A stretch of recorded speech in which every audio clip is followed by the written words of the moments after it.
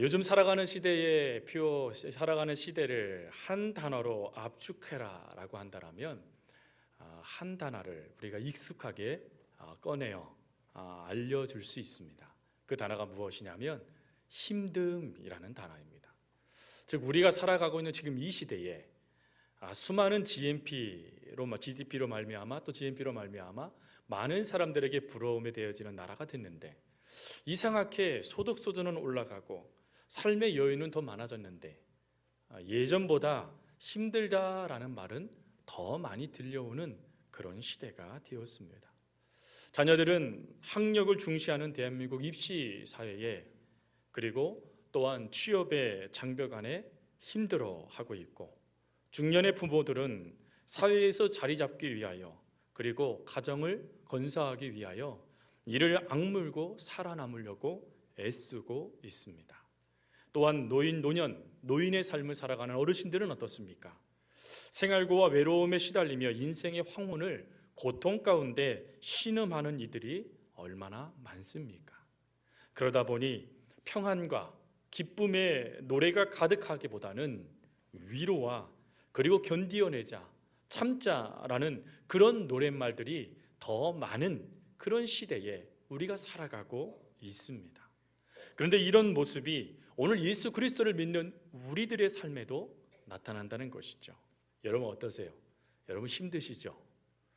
아멘을 안 하시는 거 보니까 다들 안 힘드신 겁니다. 그러니까 이 설교는 안 해도 될 법도 하지만 혹 힘든 분 한 분이 계실까 봐 설교를 하겠습니다. 복음성가의 가사처럼 이런 가사가 있죠. 내가 홀로 외로워서 마음이 무너질 때. 또 이런 가사의 곡도 있습니다. 힘들고 지쳐 낭망하고 넘어질 때. 우리들의 삶을 보면 참 힘듦 이것이 너무나 익숙하게 우리의 삶에 다가와서 우리를 허덕이게도 하고 또 우리를 눈물 짓게도 하고 또 하염없이 그것에 무너지게도 만들고 있는 것 같습니다. 그러면 하나님께서 이렇게 힘듦, 어려움, 낭망이라는 그 속에 우리가 그대로 있기를 원하실까요? 아닙니다. 하나님은 우리 예수 믿는 사람들에게 힘든 가운데서, 어려운 가운데서, 그리고 세상에서 말하는 그런 허덕이는 순간에서 우리들이 믿음으로 반응하게 하고 싶은 한 가지 모습이 있다라는 것입니다. 그런 상황들이 우리에게 밀고 들어올 때 바로 오늘 사도 바울의 고백처럼 찬송하리로다라고 하며 그 순간에 오히려 기쁨을 노래하고 그 순간에 오히려 감사를 노래하며 그 순간에 매몰되어 있는 것이 아니라 그 순간에도 여전히 역사하시는 하나님을 찬양하기를 우리 하나님은 원하신다라는 것이죠. 여러분 사도 바울이 지금 이 찬송하리로다라는 환희의 찬가를 이 에베소서를 통하여 고백할 때 그의 상황은 어떻습니까?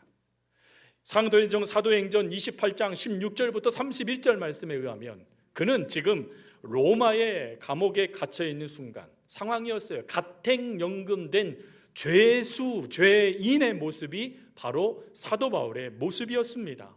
그러니 그의 삶에 오히려 기쁨과 환희의 찬송을 부르기보다는 참 인생 힘드네, 구슬프네 라고 하며 저 넘어가고 있는 황혼역의 태양을 보며 슬퍼 울 수밖에 없는 상황이 사도 바울의 상황이었는데, 그는 이 상황 속에 오히려 하나님을 향하여 기쁨의 찬송을 부르고 있더라라는 것이죠.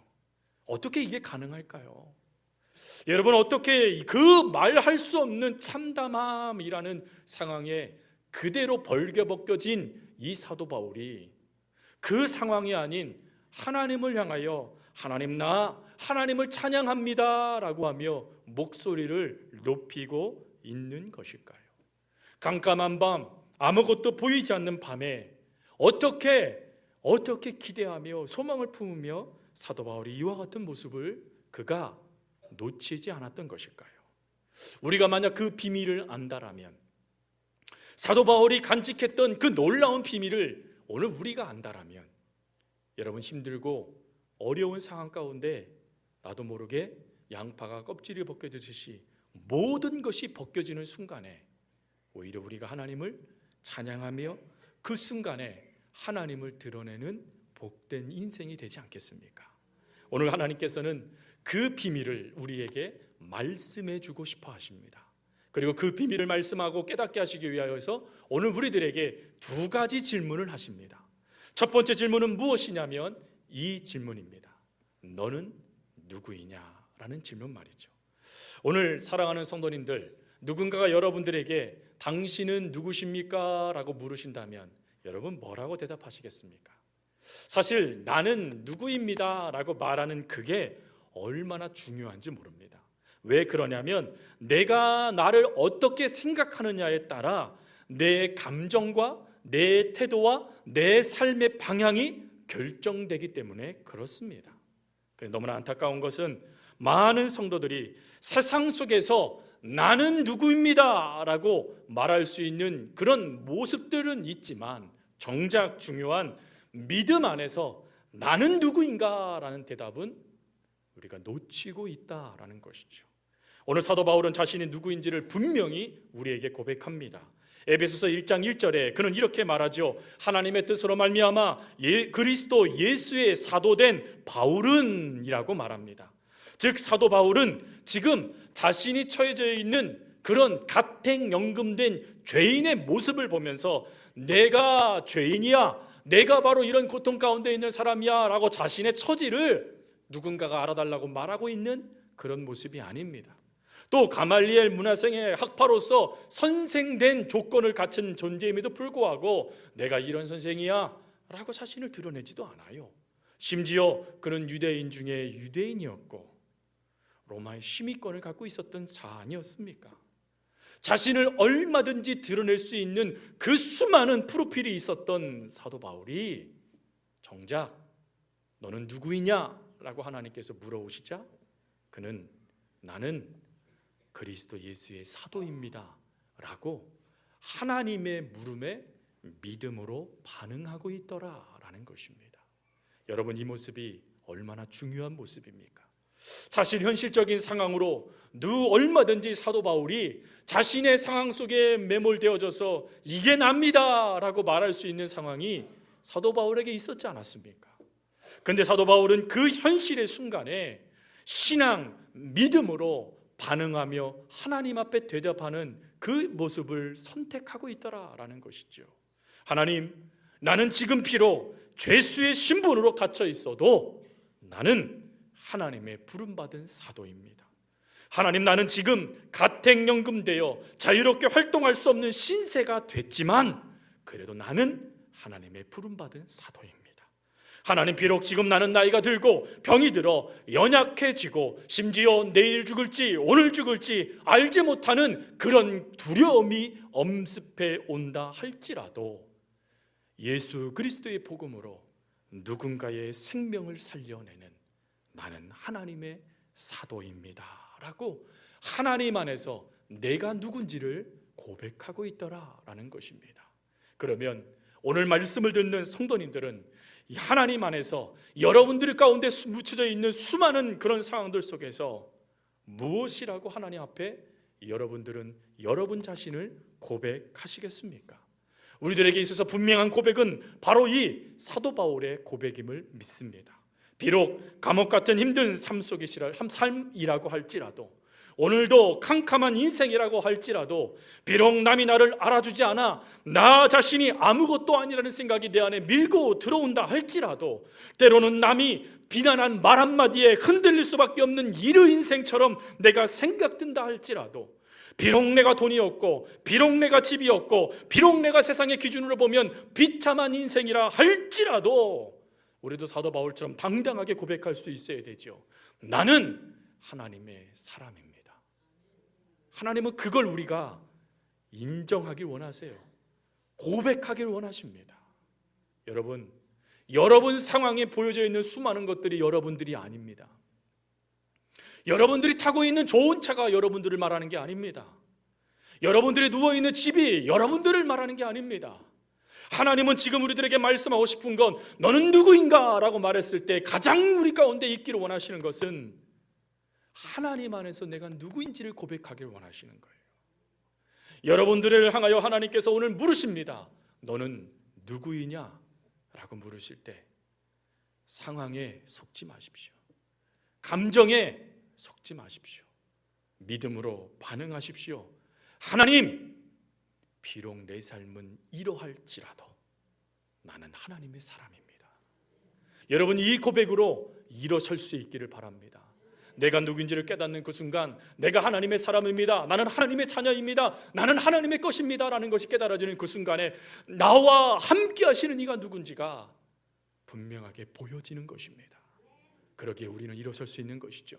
그러기에 우리들도 사도 바울처럼 찬송으로 하나님 감사합니다 라고 하며 하나님의 성호를 높여드릴 수 있는 줄 저는 믿습니다. 그리고 두 번째로 하나님의 질문이 있습니다. 그 질문은 무엇이냐면 지금 내가 가진 것이 무엇인가 라는 질문입니다. 여러분, 우리는 하나님을 사랑하고 신뢰하면서 인생의 좋은 열매를 맺고 매사 최선을 다하여 삶을 살아가지만 그러나 예상치 못한 어려운 결과들이 우리 가운데 밀고 들어오면 그때 믿음을 놓치는 성도들이 얼마나 많은지 모릅니다. 그렇게 신실하게 섰다라고 생각했는데, 정말 저 믿음 귀하다라고 인정했는데 어려움이 닥치니까 헌신짝 버리듯이 믿음을 버려버리는 이들을 우리가 보게 되어지죠. 그 힘듦 속에서 아무것도 기대하지 못하는 그 순간 속에서 하나님, 내 인생 왜 이렇게 먼지만 펄펄 날리는 인생이 되었습니까? 왜 저는 이렇게 공고한 인생이 되었습니까? 왜 저는 이렇게 아무것도 없는 빈 털털이와 같은 인생처럼 하나님 내가 느껴집니까? 라고 우리가 고백할 수밖에 없는 상황이 우리에게 다가오지 않습니까? 근데 여러분, 오늘 사도 바울이 뭐라고 고백하는 줄 아십니까? 아니라는 거예요. 여러분들이 아무것도 없는 인생처럼 보여지고 빈털터리처럼 느껴진다 할지라도 그것은 잘못됐다라는 거예요. 왜요? 오늘 성경에 뭐라고 말씀하시냐면, 오늘 우리가 본문 말씀에 예수 그리스도 아버지께서 그리스도 안에서 하늘에 속한 모든 신령한 복을 우리에게 어떻게 했대요? 주시되라고 되어져 있어요.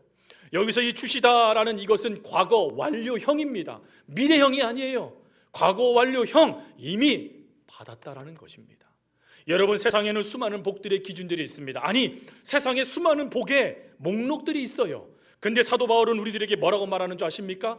여러분들은 이미 신령한 복을 받은 자들입니다 라고 우리들에게 말씀하고 있다라는 것입니다. 그러면 신령한 복이 무엇입니까? 그 신령한 복을 설명하기 위해서 4절부터 14절까지 한 문장으로 세 개의 놀라운 복을 우리에게 설명해 주세요. 그 첫 번째 복은 하나님, 성부 하나님과 관계 있고, 두 번째 복은 성자 하나님과 관계 있고, 세 번째 복은 성령 하나님과 관계되어져 있는 복을 말씀합니다. 먼저 첫 번째로 우리들이 받고 있는, 아니 우리가 받은 하나님의 복은 무엇이냐? 바로 아버지 하나님을 통하여 주어지는 복으로 하늘의 가족이 된 복이다라는 것입니다. 5절에 사도 바울이 이렇게 고백하지요. 그 기쁘신 뜻대로 우리를 예정하사 예수 그리스도로 말미암아 자기의 아들들이 되게 하셨으니, 여기서 자기의 아들들이 되게 하다라는 이것을 문자적으로 원어적으로 보면 어떤 뜻이냐면 입양해 주셨다라는 뜻입니다. 즉 우리는 죄 가운데 죄의 자녀였죠. 사망의 자녀였습니다. 죄 가운데 노예였습니다. 무너질 수밖에 없었고, 그 속에서 아파하고 힘들어하고 외로워하고 정말 어느 누가 나를 구원해 줄 수 없어서 누가 나의 친구입니까? 라고 울부짖을 수밖에 없는 그 상황 속에 있었는데, 아버지 하나님께서 우리들에게 찾아와 주셔서 말씀해 주시는 거예요. 내게로 오너라. 내가 너를 외롭지 않게 해줄 거란다. 나는 너의 아버지가 될 것이고 나는 너의 모든 것이 되어줘서 그 힘들고 어려운 그때에 그 모든 것을 이루어 나갈 수 있는 힘이 되어줄 거란다 라고 우리 아버지께서 우리를 아버지 넓은 품 안으로 품어주시기 때문에 그래요. 그래서 에베소서 2장 19절에 뭐라고 말합니까? 우리는 더 이상 외인이 아닙니다. 우리는 더 이상 나그네가 아닙니다. 우리는 하나님의 가족입니다 라고 말씀하시는 겁니다. 그러므로 사랑하는 성도 여러분, 가족이 되었기에 우리 하나님은 우리를 너무나 잘 아십니다. 가족이 되었기에 우리를 위해 모든 것을 쏟아 놓아 주십니다. 그러므로 그 하나님을 바라보며 뭐뭐 하는 척 하지 마십시오. 구원 얻은 척, 찬양하는 척, 기도하는 척, 안 힘든 척, 외로운 척 하지 마십시오. 우리가 할 수 있는 것은 무엇입니까? 두 팔을 벌리시며 그 넓은 품 안으로 우리를 끌어안아 주시며 나의 아버지 되신 하나님 앞에 착 하고 안기기만 하면 되는 것입니다. 그러면 하나님께서 하나님 예비하신 그 복을 자녀인 우리들에게 쏟아부어 주십니다. 그렇기 때문에 우리가 살 수 있는 것이지요. 여러분, 감옥과 같은 인생을 살아가십니까? 그 속에서도 우리가 어떻게 찬양할 수 있습니까? 바로 이 아버지 하나님께서 그 속에서 일어설 수 있는 힘, 찬양할 수 있는 능력을 우리 가운데 하염없이 부어주시기 때문이죠. 우리는 하나님의 자녀가 되었습니다. 이게 첫 번째 복이에요. 그리고 두 번째 복은 무엇입니까? 바로 성자 하나님을 통하여 주어지는 복입니다. 바로 우리는 자유로운 존재가 되었다, 자유인이 되었다라는 복입니다. 미국의 전 대통령 중에 지미 카터 대통령이 있죠. 여러분, 이 부부는 인꼬 부부로 아주 유명한 그런 부부입니다. 어느 날 지미 카터 대통령이 한 대학에 부부가 다 초청을 받아서 강의를 하게 되어졌습니다. 그래서 모든 강의를 대학 그 모든 나라의 경영이라든지 그리고 신앙적인 것이라든지 그 모든 것들을 설명하고 질의하는 순간에 한 대학생이 이 지미 카터 대통령에게 이렇게 질문합니다. 대통령님, 어떻게 그렇게 인꼬 부부가 되었습니까? 라고 말이죠. 그러자 지미 카터 대통령은 이렇게 말합니다. 예, 우리 결혼 생활에 사랑은 30%, 용서는 70%를 실천했기 때문입니다 라고 이야기합니다. 그러자 조용하게 그의 아내, 우리 지미 카터 대통령의 아내였던 로잘린 여자가 손을 딱 들더니 마이크를 잡습니다. 그리고는 이렇게 말합니다. 제가 조금 수정하겠습니다. 우리의 결혼 생활에 사랑은 10%였고 90%는 용서였습니다 라고 이야기했다라는 거예요. 그래서 그 강의실이 큰 웃음바다가 되었다라는 그런 예화입니다. 여러분 어떠세요? 부부 사이에도 사실은 사랑만 있어서는 안 되죠. 서로가 서로를 향하여 용서하는 이 관계가 부부가 부부됨을 표현해주는 말이지 않습니까? 그런데 부부에게도 용서가 있어야 된다면 하물며 하나님과 우리 사이는 어떻겠습니까? 근데 놀라운 것은 하나님과 우리 사이는 이미 용서의 관계의 가운데 있다라는 것입니다. 예수님께서는요, 이 용서를 실천하시기 위해서 7절에 이렇게 말씀하시죠. 그리스도 예수 안에서 그의 풍성한 은혜에 따라 그의 피로 말미암아 속량 곧 죄사함을 받았느니라. 사랑하는 성도 여러분, 속량이란 것이 뭡니까? 노예가요, 자유를 얻기 위해서 주어지는 대가를 말합니다.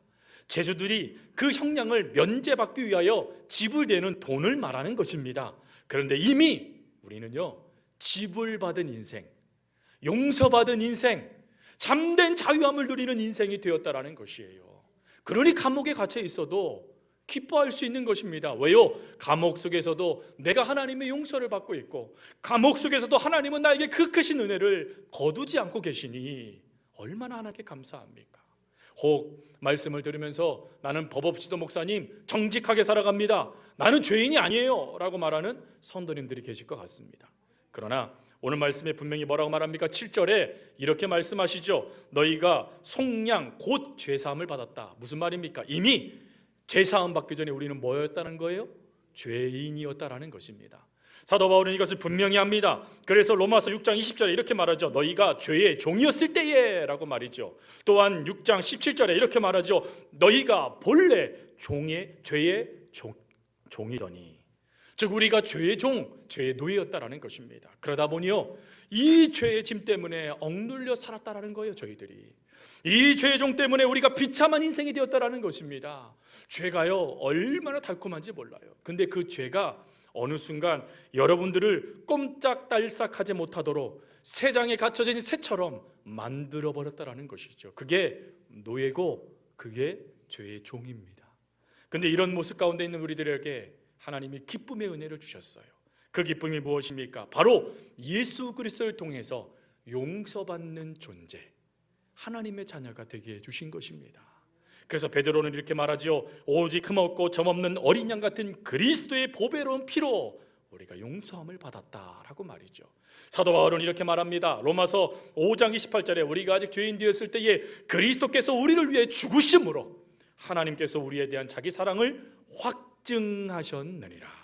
사랑하는 성도 여러분, 하나님이 이미 우리를 용서해 주셨어요. 하나님이 우리를 이미 죄에서 자유케 주셨습니다. 그러므로 여러분, 설령 죄를 지은다 할지라도 그것에 무너지지 마십시오. 이미 우리를 용서해 주시고 이미 우리를 회복시켜 주시며 이미 참 자유를 맛보게 해주신 그 하나님의 힘입어서 일어설 수 있는 우리들이 될 수 있기를 바랍니다. 하나님을 통하여 큰 죄, 영원히 멸망받을 수밖에 없는 죄의 문제가 해결 안 받았는데 우리가 어찌 찬송하지 않을 수 있겠습니까? 찬양으로 나 자유 얻었네, 너 자유 얻었네 라고 하며 자유를 선포하고 찬양하는 것이 마땅하지 않겠습니까? 그래서 사도 바울이 찬송하였다라는 것이죠. 그리고 마지막으로 사도 바울이 찬송했던 신령한 복이 뭐냐? 성령 하나님을 통하여 주어진 복입니다. 바로 성령의 보증의 복이에요. 성령은 특별히 두 가지의 놀라운 역사를 일으키십니다. 하나는 인치심, 또 하나는 보증입니다. 여러분, 사람이, 우리 성도들이 신앙생활을 할 때 옆에 있는 성도들이 어떠한 믿음으로 살아가는가를 보면 때로는 그 모습에 도전을 받아요. 야, 어떻게 찬양할 수 없는 상황에 저렇게 찬송할 수 있는가? 저렇게 감사할 수 없는 상황에 어떻게 저렇게 감사가 넘치는가? 그 모습을 보며 아, 하나님, 나도 어떠한 순간에도 찬송하게 해주세요. 어떠한 순간에도 감사하게 해주세요. 어떠한 순간에도 하나님 의지하게 해주세요 라고 도전을 받지 않습니까? 이게 얼마나 귀한지 몰라요. 근데 문제는 도전만 받는 게 아니라 그 도전을 보면서 자기를 주눅시켜 버린다는 거예요. 근데 하나님, 나는 뭐예요?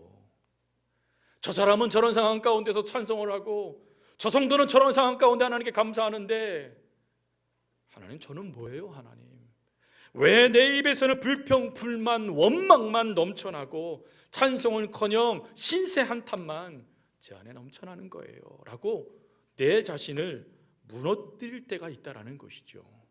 여러분, 근데 문제는 뭡니까? 그때 사단이 정확하게 틈탄다는 것입니다. 하나님께를 향하여 내가 믿음을 보이지 못하고 이게 뭐예요? 라고 의심하며 하나님을 향하여 마음을 닫기 시작한 그 순간에 사단은 너무나 정확하게 우리 속으로 파고들어와 우리의 믿음과 구원의 모든 것들을 의심하며 하나님으로부터 멀어지게 만든다라는 것입니다. 여러분, 이럴 때, 답답하고 넘어질 때 하나님의 은혜가 무엇입니까? 바로 성령님께서 그 자리에서 일어설 수 있도록, 그 힘들고 어려운 의심의 자리에서 하나님을 향한 믿음의 자리로 나아갈 수 있도록 역사해 주신다는 것입니다. 그래서 13절에 이렇게 말하죠. 그 안에서 너희도 진리의 말씀 곧 너희의 구원의 복음을 듣고 그 안에 또한 믿어 약속의 성령으로 인치심을 받았느니라. 여러분, 인치심은 쉽게 설명하면 무엇이냐면 성령님께서 우리 속에 내주하신다는 거예요. 그럼 우리 속에 내주하시는 성령님께서 무엇 하실까요? 이 말씀을 하시는 거예요. 사랑하는 딸아, 사랑하는 아들아, 잊지 말거라. 너는 내 것이란다. 내가 너와 함께하여 어떠한 것이라도 너를 침몰치 못하게 하며 어떠한 것이라도 너의 모든 것들을 빼앗지 못하도록 내가 너를 지킬 것이란다 라고 말씀하시는 게 인치심 내주입니다. 사랑하는 성도 여러분, 이미 여러분 속에 이 성령님께서 내주하고 계심을 믿으십니까? 그러면 여러분들이 지금 처해져 있는 상황이 절대로 여러분들을 넘어뜨리지 못합니다. 침몰시키지 못합니다. 왜요? 내주하시는 하나님께서 능력으로 여러분들을 일으켜 주시기 때문에 그래요. 또한 보증하신대요. 여러분, 보증이라는 것이 누군가를 내가 보증서 준다라는 뜻도 있지만 더 중요한 게 있어요. 그게 무슨 뜻이냐면 내가 이 사람을 이끌어 준다라는 뜻입니다. 여러분, 우리들의 인생은 내가 살아가는 것이 아니에요. 하나님의 철저한 계획 아래, 그리고 우리 속에 내주하시는, 우리와 함께 하시는 성령님과 함께 하나님이 이끌어주시는 삶을 우리는 뭐 하는 거예요? 따라가는 것입니다. 그게 성령님의 뜻이에요. 그러면 성령님께서 우리를 고난의 자리를 이끄신다고 멸망시키실까요? 아니요. 사도 바울이 다윗이 말했지 않습니까? 사망의 음침한 골짜기를 다닐지라도 내가 해를 두려워하지 않을 것은 주께서 나와 함께 하심이라. 그게 보증입니다. 여러분, 우리 성령님께서 여러분들을 보증해 주세요. 우리 성령님께서 여러분들과 함께 해주세요. 그러기에 우리는 이렇게 선포할 수 있습니다. 내 인생은, 내 삶은 주의 것입니다. 내 삶은 주님이 책임져 주시는 삶입니다 라고 말이죠. 주님이 책임져 주시고, 주님이 내 인생을 이끌어 주시고, 주님이 나와 함께 하시는데, 감옥에 갇혀인들, 초막의 삶을 산들, 산의 진미를 먹지 못한들, 그것이 무슨 문제가 되겠습니까? 하나님이 함께 하시는데요. 그러므로 사랑하는 성도 여러분, 이 신령한 복이 이미 여러분들에게 주어졌다라는 것입니다. 그러기에 우리가 찬송할 수 있다라는 것이죠. 함께 고백해 볼까요? 나는 하나님의 복받은 존재이다. 여러분 이거 믿으시죠? 이미 우리 복받은 존재예요. 그렇기 때문에요, 세상 사람들 이런 말 하잖아요. 아니 뭐 좋아서 그렇게 웃고 있냐고. 그들은 알까요? 이 놀라운 복을요? 사도 바울이 말해준 이 신령한 복을 그들은 알까요? 그들은 잘 모를 겁니다. 하지만 우리는 알죠. 하나님으로부터 주어지는 이 복 말이죠. 그렇기 때문에 감옥에 같은 인생이라 할지라도, 또 그러기 때문에 캄캄하여 아무것도 보이지 않는 모습일지라도, 힘들어서 쓰러져 누가 내 맘 알아주나 라고 말하는 상황이 내 앞에 펼쳐질지라도 괜찮아. 내 안에 하나님이 계셔. 하나님이 나를 지켜주셔. 하나님이 나에게 용기 주셔. 하나님이 내 삶을 견인해 주셔. 하나님이 내 삶을 책임져 주셔 라고 말하며, 그 순간에도 주님 감사합니다 라고 하며 찬송할 수 있는 것 아니겠습니까? 사랑하는 성도 여러분, 하나님은 여러분들의 힘듦 아세요. 하나님은 여러분들의 수고도 아세요. 하나님은 여러분들이 지금 어떤 상황에 있는지도 다 알고 계세요. 그러면서 하나님은 말씀하세요. 사랑하는 딸아, 네가 누군지 아느냐? 사랑하는 아들아, 네가 받은 것이 무엇인지 아느냐? 그것을 네가 안다면 너도 사도 바울처럼 찬송하며 환희하며 그 삶을 살아갈 수 있을 거란다 라고 말씀해 주시는 거예요. 여러분, 이 은혜가 여러분들의 은혜가 될 수 있길 바랍니다. 우리 말씀을 마무리하며 이 찬양 함께 불렀으면 좋겠어요. 찬양하라 내 영혼아. 우리 이 찬양 함께 부르면서요, 정말 우리의 삶에 찬양할 이유가 하나님께 있군요. 찬양할 이유가, 감사할 이유가, 기뻐할 이유가 하나님 때문이군요 라고 우리가 고백하는 이 시간 될 수 있길 바랍니다. 찬양하라 내 영혼아, 찬양하라 내 영혼아, 찬양하라 내 영혼아, 내 속에 있는 것들아, 기뻐하라 내 영혼아, 기뻐하라 내 영혼아. 아멘. 기뻐하라 내 영혼아, 내 속에 있는 것들아 다 기뻐. 감사하라 내 영혼아, 감사하라 내 영혼아, 감사하라 내 영혼아, 내 속에 있는 것들아 다가. 마지막으로 다시 한번 찬양하겠습니다. 기뻐하라 내 영혼아, 기뻐하라 내 영혼아, 기뻐하라 내 영혼아, 내 속에 있는 것들아 다 기뻐하라.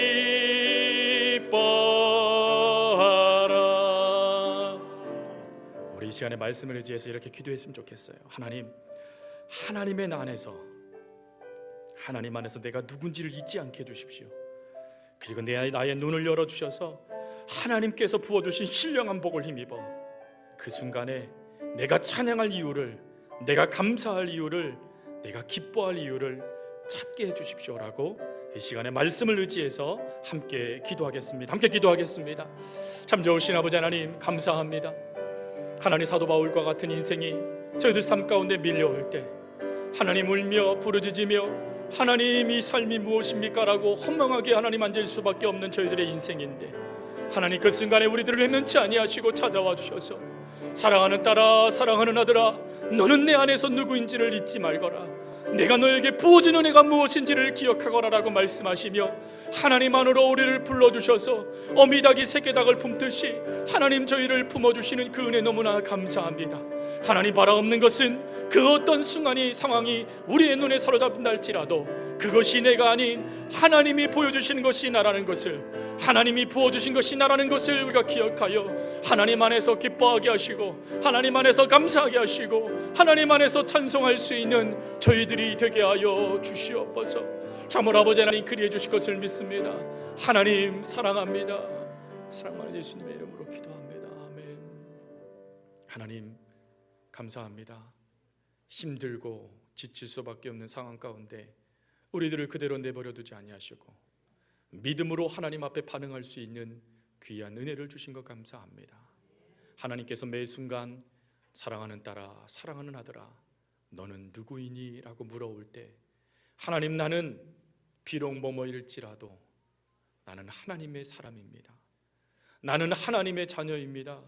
나는 하나님의 것입니다 라고 하나님 앞에 나를 온전히 드릴 수 있도록 도와주시옵시고, 또한 사랑하는 딸아, 아들아, 네가 받은 것이 무엇이니? 라고 주님께서 물으실 때 하나님이십니다. 하나님을 내가 선물로 받았습니다 라고 고백하며 우리 속에 역사하셔서 우리를 일으켜 주시고 우리를 이끌어 주시며 우리를 책임져 주시는 하나님을 힘입어 기뻐 찬양할 수 있는 저희들, 감사로 하나님께 영광 돌릴 수 있는 저희들이 되게 하여 주옵소서. 감사합니다. 사랑 많으신 예수님의 이름으로 기도합니다. 아멘.